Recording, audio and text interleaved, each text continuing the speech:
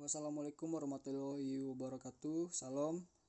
Perkenalkan, nama saya Frizky. Saya mahasiswa dari Universitas Widyagama Makam Samarinda. Di sini saya akan mempresentasikan yaitu prinsip-prinsip manajemen risiko. Pengertian manajemen risiko.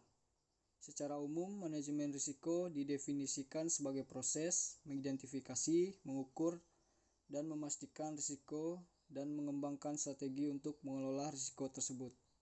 Manajemen risiko dapat didefinisikan sebagai suatu sistem pengelolaan risiko yang dihadapi oleh organisasi secara komprehensif dengan tujuan untuk meningkatkan kinerja perusahaan.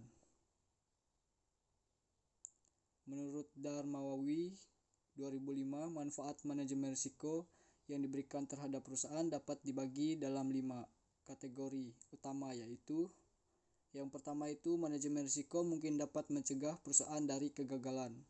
Yang kedua, manajemen risiko menunjang secara langsung peningkatan laba. Yang ketiga, manajemen risiko dapat memberikan laba secara tidak langsung. Yang keempat, adanya ketenangan pikiran bagi manajer yang disebabkan oleh adanya perlindungan terhadap risiko murni, merupakan harta non-material bagi perusahaan itu. Yang kelima, manajemen risiko melindungi perusahaan dari risiko murni, dan karena kreditur pelanggan yang pemasok lebih menyukai perusahaan yang dilindungi, maka secara tidak langsung menolong meningkatkan public image. Pengertian risiko. Risiko adalah suatu yang mengarah pada ketidakpastian atas terjadinya suatu peristiwa selama selang waktu tertentu, yang mana peristiwa tersebut menyebabkan suatu kerugian, baik itu kerugian kecil yang tidak begitu berarti maupun kerugian besar yang berpengaruh terhadap kelangsungan hidup dari suatu perusahaan. Risiko pada umumnya dipandang sebagai suatu yang negatif, seperti kehilangan, bahaya, dan konsekuensi lainnya. Tujuannya yakni untuk meminimalisir kerugian atau dampak yang mungkin ditimbulkan. Berikut adalah beberapa cara yang bisa dilakukan untuk menghindari terjadinya risiko. Yang pertama, identifikasi risiko. Identifikasi risiko ini, dalam proses identifikasi kita bisa memperkirakan dampak risiko yang mungkin terjadi. Yang kedua, asesmen risiko. Adapun yang dimaksud dengan asesmen risiko ialah merangking risiko berdasarkan kerugian yang mungkin ditimbulkan. Yang ketiga, respon terhadap risiko. Sesuai namanya, respon risiko ialah cara atau keputusan yang akan kita ambil saat risiko terjadi. Yang keempat, implementasi risiko atau pelaksanaan. Yang kelima, evaluasi plus review.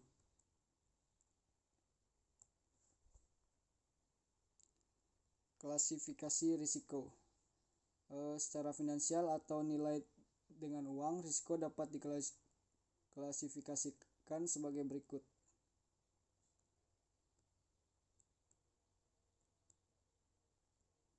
Yang pertama, risiko spekulatif. Risiko spekulatif adalah risiko yang memberikan kemungkinan untung atau rugi, atau tidak untung dan tidak rugi. Yang kedua, risiko murni. Risiko yang hanya mempunyai suatu akibat, yaitu kerugian, sehingga tidak ada orang yang menarik keuntungan dari risiko ini. Contohnya kayak kebakaran. Yang ketiga, risiko fundamental. Risiko yang sebab maupun akibatnya impersonal atau tidak menyangkut seseorang, di mana kerugian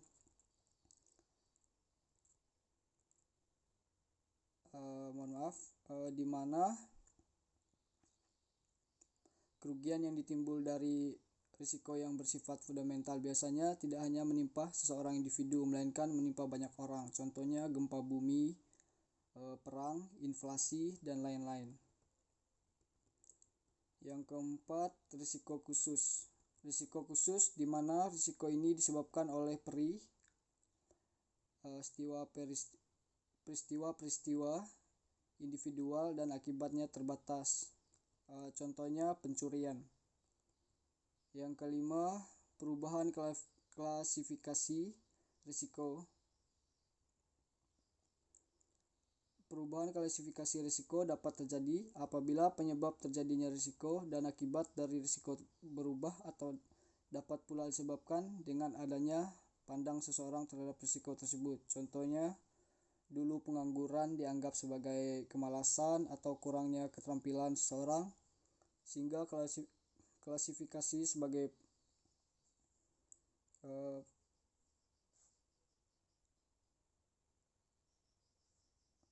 particular risk.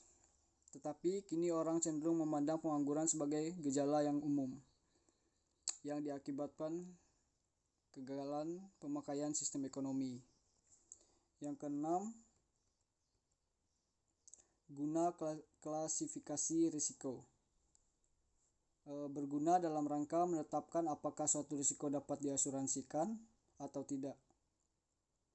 Yang ketujuh, risiko yang dapat diasuransi dan risiko yang tidak dapat diasuransi. Karena pada risiko ini dapat kemungkinan untuk mendapatkan keuntungan. Risiko murni dapat diasuransi karena hanya mempunyai suatu kemungkinan, yaitu mendatangkan kerugian. Tetapi berdasarkan pertimbangan secara yuridis maupun komersial, tidak semua risiko murni dapat diasuransi. Prinsip-prinsip manajemen risiko. Prinsip manajemen risiko terdiri dari 8 prinsip, yaitu terintegrasi, terstruktur, disesuaikan dengan kebutuhan penggunanya, inklusif, dinamis, informasi terbaik yang tersedia, faktor budaya dan manusia. Susilo dan Kaho 2018 53. Kerangka kerja manajemen risiko. Terintegrasi, perbaikan, evaluasi, implementasi, desain, kepemimpinan, dan komitmen. Faktor kepemimpinan dalam kerangka kerja manajemen risiko. Yang pertama itu, manajemen risiko menjadi bagian dalam strategi organisasi. Yang kedua, ada komitmen dari tingkat kepemimpinan tertinggi untuk penerapan manajemen risiko. Yang ketiga, organisasi memiliki model untuk koordinasi dan integrasi manajemen risiko dalam segala level dalam organisasi. Yang keempat, setiap individu dalam organisasi bertindak dalam kerangka manajemen risiko. Yang kelima, pimpinan puncak adalah pengarah dan pendorong budaya risiko. Sekian presentasi dari saya, kurang dan lebihnya saya mohon maaf. Terima kasih.